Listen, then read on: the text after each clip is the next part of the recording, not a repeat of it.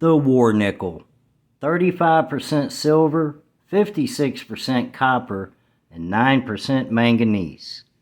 Minted from late 1942 to 1945.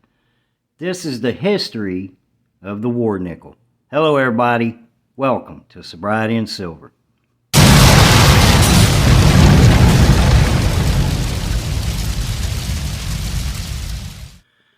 I woke up sober this morning because I went to bed sober last night.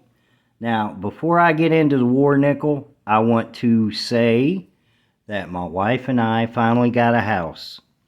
I want to thank everybody for their kind words in the comments, all the uplifting, positive vibes I got from you guys. I really appreciate it. My wife appreciates it.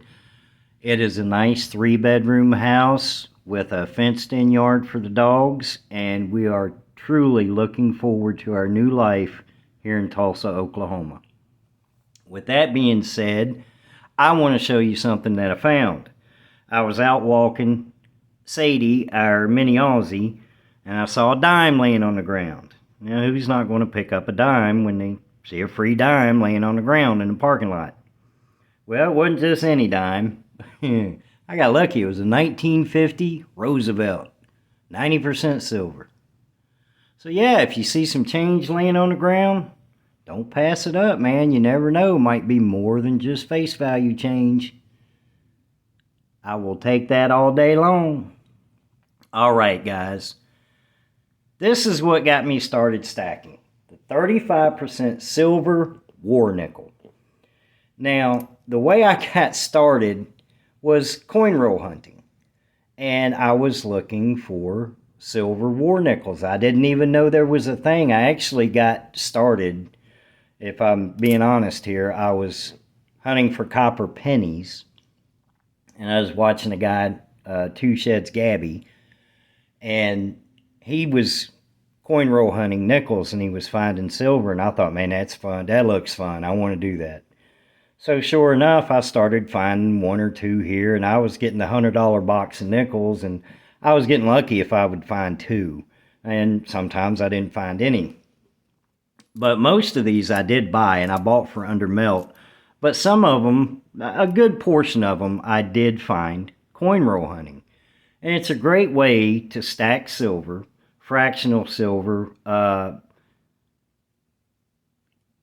silver on a budget, if you will, because you can still keep the nickels or turn them back into your bank, and you're only paying 5 cents for it.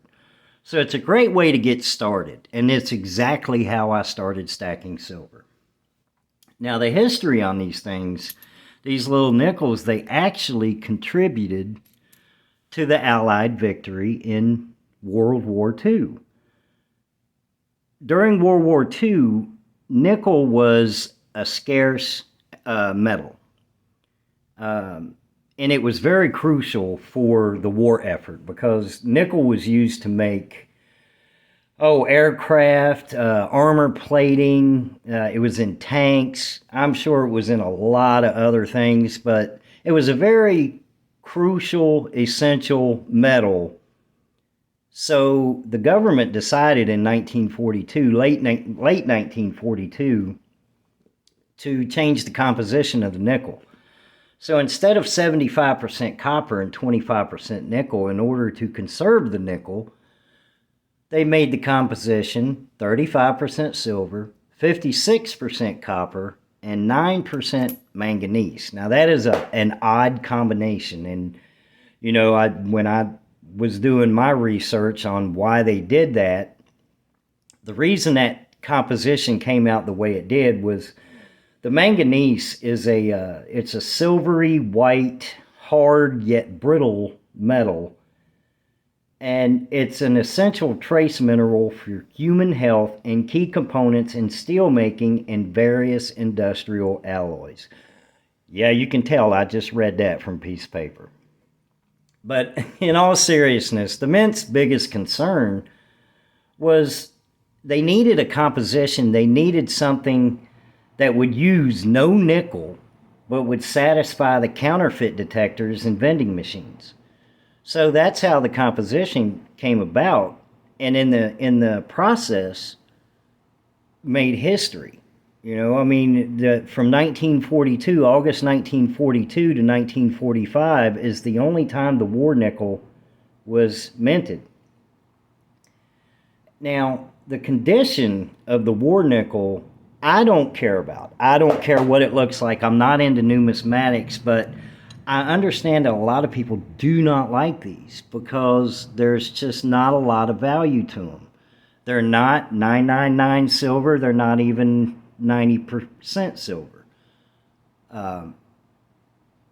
But they are great to stack if you are a prepper, if you're into maybe if the SHTF scenario, where you want a roll of nickels that's 35% silver you can use for bartering.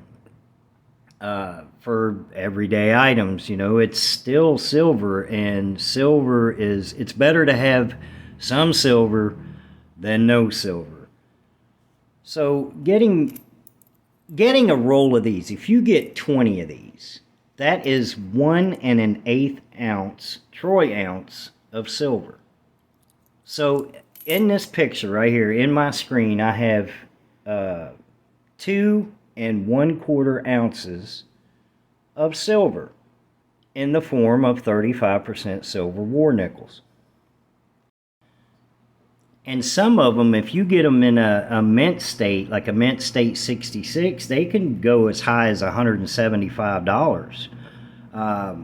If you can get an uncirculated, graded war nickel, that is a good amount of money, and it's something that I'm not into, like I said, but some people are. And I think it's a great way to stack silver. It's just fun.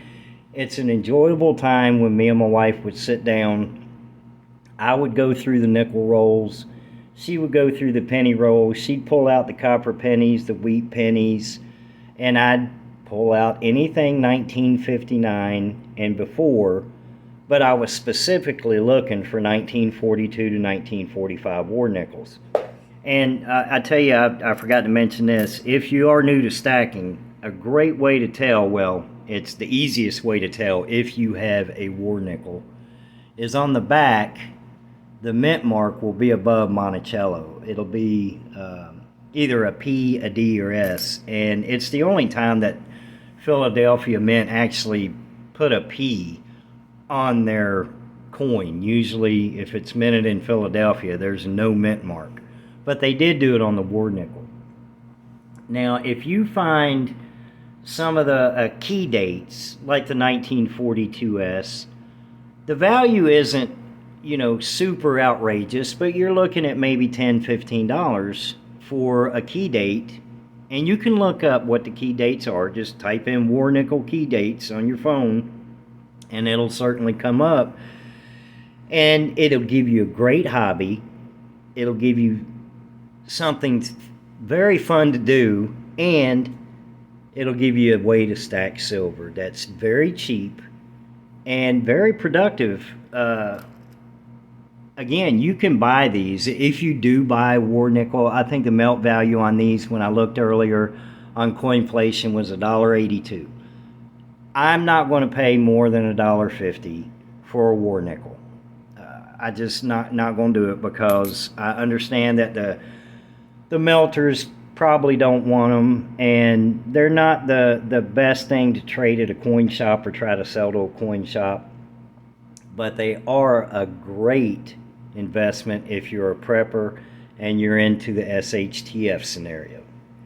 With that being said, guys, I think I've talked enough about the war nickel. It was a very interesting research I did on exactly why the government put 35% silver into the nickel, and just how key the nickel was to the victory for the Allies in World War II.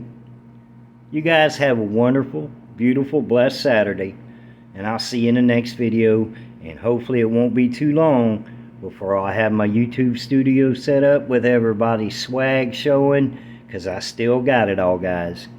Y'all take care.